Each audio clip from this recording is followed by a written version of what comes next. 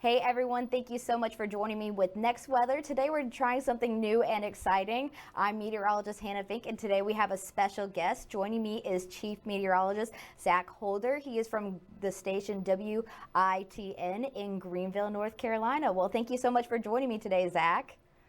Yeah, thanks for having me, Hannah. So today we're going to be talking about nor'easters. I'm sure if you have been present on social media, you have seen a lot about the nor'easter event that has happened this previous weekend. So Zach, can you give me a brief introduction on what exactly a nor'easter is as a whole that's easy for viewers to understand? Yeah, it's kind of funny. The name nor'easter implies kind of the northeastern U.S., but a lot of times they get started in the Carolinas, which is more mid-Atlantic, south kind of region.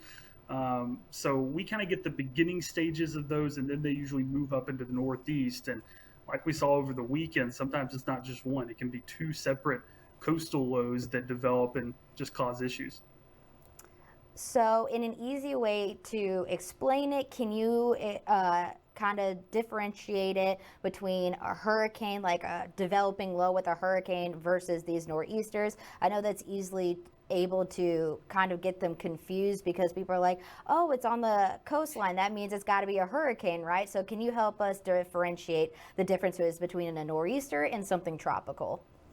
Yeah, and it's hurricane season, so you would expect anything spinning over water to be tropical in nature. And it's really just how these things form. Tropical systems are all warm core. They don't have fronts, they don't have a cold air center. These coastal lows or nor'easters, they really start to get their act together off the eastern, southeastern coast. So sometimes they can take on tropical characteristics, but this one was just a regular coastal low pressure system to its core. It had fronts. Temperatures were kind of chilly on the backside. We were in the 60s and 50s for a lot of this event. So that kind of gave us an idea that there were fronts attached to that. And we were on the backside of a cold front. Down in the Gulf Coast states where y'all are, you don't really get these as much. You can get little lows to form off the coast, but anytime you kind of get something this time of year, it's usually tropical. For us, our nor'easter coastal low season really kind of starts through October, all winter long, and then kind of starts to end as we head through spring. All right, perfect. So, is there a specific reason they happen during these late fall months and go into the early spring months? Is there something atmospherically that goes into play with that, or is that just, or something with ocean currents? What exactly goes into the timing of nor'easters? Because I looked it up and I saw they can happen as early as September and go till about April, if I'm mistaken. You can correct me on that. Yeah, that's about right. And it's a lot of dying fronts. These fronts make it across the mountains, which aren't super high mountains, but they do impact how these fronts kind of stay alive in the progress and kind of need a storm system near us, so low pressure near us to steer that cold front offshore. Otherwise, if the low pressure, starts to get its act together over the Great Lakes or the northeastern U.S., that cold front just gets stuck off our coast. And when that front just hangs out, we get scattered rain chances, a little bit of wind, but low pressure can develop over the Gulf Stream, which sits off the East Coast. So anytime we see one of these fronts, cold fronts, just stall out on the East Coast, we usually have to start watching the data closely to see if there'll be a coastal low develop. And in this case, it was a pretty strong one. You asked earlier about tropical systems. Even our coastal lows and these nor'easters can have the same punch of a tropical depression or even a tropical storm. We had some wind gusts up to about 55, 60 miles per hour in winter time. Sometimes we can get some 70-mile-per-hour wind gusts with these nor'easters, especially across the Outer Banks and our sounds and our large rivers. Awesome. Thank you so much. I'm definitely new to the field, and nor'easters is not something that we really learn about in school that much. Obviously, we talk about hurricanes, tornadoes, but nor'easters are definitely a unique kind of storm. So I appreciate you breaking that down. Now, Zach, this past weekend, we had our first nor'easter of the season, and it did affect the East Coast. How did forecasting go for that? Like, can you summarize the event as a whole, and then we'll break it down into more piece by piece questions? Yeah, so we were watching it as early as last weekend. We kind of saw signals and looked like it was going to be a pretty strong low pressure. And as we got closer, about Wednesday, Thursday, model that actually backed off a little bit. Kind of didn't look that developed and kind of just looked like some heavy rain, which we need. We've been in a drought for Saturday into Saturday night. But then as we started to get into Friday and Saturday itself, that first little disturbance, the kind of weaker system, passed through and went north. But on the backside of it, we got another coastal low to develop. So you can see it on satellite Sunday and Monday that there was a spin up around New Jersey, but there was a bigger spin off the coast of South Carolina, and that led to some issues that popped up kind of right as things were happening instead of giving a more of a heads up several days out. Awesome. Thank you. I mean, so obviously there are some challenges that come with forecasting nor'easters. So when you're looking at model data and whatever else you use to look for your overall forecast, what are like a few specific things you're looking for that kind of hint at the idea of a nor'easter could be coming or developing off the East Coast? Yeah, anytime we have a front just sitting off the East Coast, we kind of have to start watching for that. Sometimes we get phantom coastal lows, and 3 to 4 days out, it'll look like, oh, low pressure is going to develop off the coast, and then a couple days later it goes away. Or in some cases, we don't get kind of the 5 to 7 day heads up we had last week. Sometimes it's looking clear for a weekend, and then about 48 hours out, we start to see signs in the data and also on satellite that we're starting to get some organization off the coast, and that usually changes our forecast in a hurry. Okay, perfect. So what are the biggest impacts that come with nor'easters? Is it wind, rain, flooding? I saw some big historic blizzards came with nor'easters. Can you kind of give us an explanation on what exactly a nor'easter does for the East Coast when it impacts it? Yeah, at least for the Carolinas, for winter, for snow lovers, you kind of want these systems around. As long as you have cold air, that's usually where we get our really good snowfall that helps develop our snowier days. Last winter, we had several ice and snow events, but our one true snow event kind of came from a coastal low that was even more offshore than this one was. So if we don't have the cold air, then it's those usual, rain can be heavy. Sometimes we can get tornadoes if the conditions are right. But usually it's a big rainmaker for us and coastal impacts. So coastal flooding. One thing about North Carolina, we all joke about it here, is that we stick out too much. So even during hurricane season and coastal lows, usually we're the ones the most susceptible to these coastal flooding issues and large waves, especially the Outer Banks. Interesting. So what was the main concern with this specific nor'easter, and how do you know what is going to be the most impactful? So I know obviously you have the coastal impacts, and then obviously there are those inland impacts as well, because nor'easters are not small systems from what I have read about and obviously what I've seen on satellite as well. Yeah, they can be big. They can be just as impressive on satellite as, tropical depression, and they look tropical just when you look at them from space. But it really depends on the track. If it's going to be a track where that low is over land, then we get into a tornado threat along with heavy rain. If the low stays kind of offshore, the rain is usually beneficial, several couple inches, but doesn't usually cause major flooding problems. And then the wind plays. The stronger the low pressure. This low, I think, bottomed out just under 1,000 millibars, 997, something like that. That's pretty strong for a non-tropical low pressure system. Usually your lows are kind of 1,000 to 1,005 millibars of pressure. So this one had a punch with it, and that led to coastal flooding being our biggest concern, especially once we realized we weren't just going to deal with one system. We were probably going to have to deal with two throughout the weekend. So what exactly goes into preparing for a nor'easter? I wouldn't say it makes landfall or anything like that. It's just kind of more is a low that is impactful to an area. So you kind of know the effects that are going into it when impacts are about to come, whether it's flooding, blizzards, etc. Who all get involved with that? What needs to be in place? And what do you tell people? How do you get people to prepare for certain impacts that involve a nor'easter storm? First, we kind of just set up a line of communication with the National Weather Service, emergency managers. We all have kind of a chat room that we can go in and talk about the impacts and what to watch out for.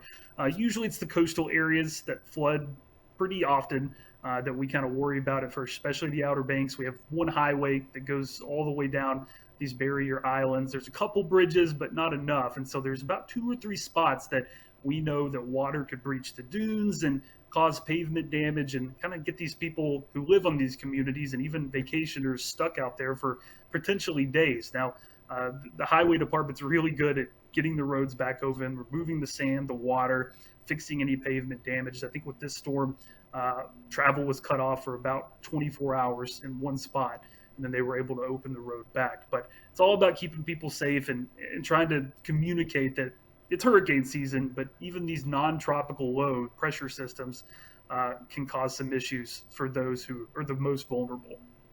See, that was what stood out to me the most about nor'easters is even though it's not a specific tropical system highlighted by the National Hurricane Center, it can still have major impacts. Now, with this specific nor'easter that went through this weekend, what were the most significant reports or damage reports that were said or stated during this past weekend? Like, was there flooding going on, any damage, tornado reports, etc. in that category? There were water spouts you could see on radar offshore, but with this one, we really didn't have anything on land, and the tornado threat was pretty close to zero. We did see a few inches of rain in spots, but we've actually gotten behind about 6-7 inches of rain over the past 2 months. So it was all beneficial rain. It all soaked into the ground, didn't cause any issues. The two biggest things were Highway 12, the large waves breaching the dunes, and cutting that off to the Outer Banks, that route of escape for the residents and visitors.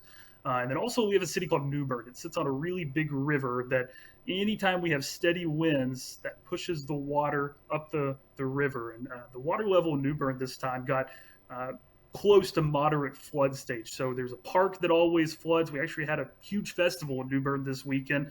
We're supposed to. It's called Mumfest, and they canceled that on Friday because we already had some coastal flooding on Friday and got worse on Sunday. We had water, covering a few streets and getting up close to some homes, but we avoided major issues there in New Bern. The water started to fall before it could really start to get into any businesses or homes. That's good to know. Now, we talked about the storm as a whole. This happened this past weekend. One thing I did want to talk about before we go is the specifics behind preparing for nor'easters as well as forecasting them. So how far in advance are we able to possibly see the development of a nor'easter? So the development of it, and then how far in advance are we able to tell its track? Because with my research, I saw that even a 50-mile difference in its track can make a huge difference for certain locations and cities. Oh, certainly. The track is always the hardest part, especially if, we only have 24 hours to watch this thing. If we do get a week like we did last week, even then, it's easier the quicker the low forms. If we're still waiting on the low to form, it's hard to know exactly if model data has a good handle on this.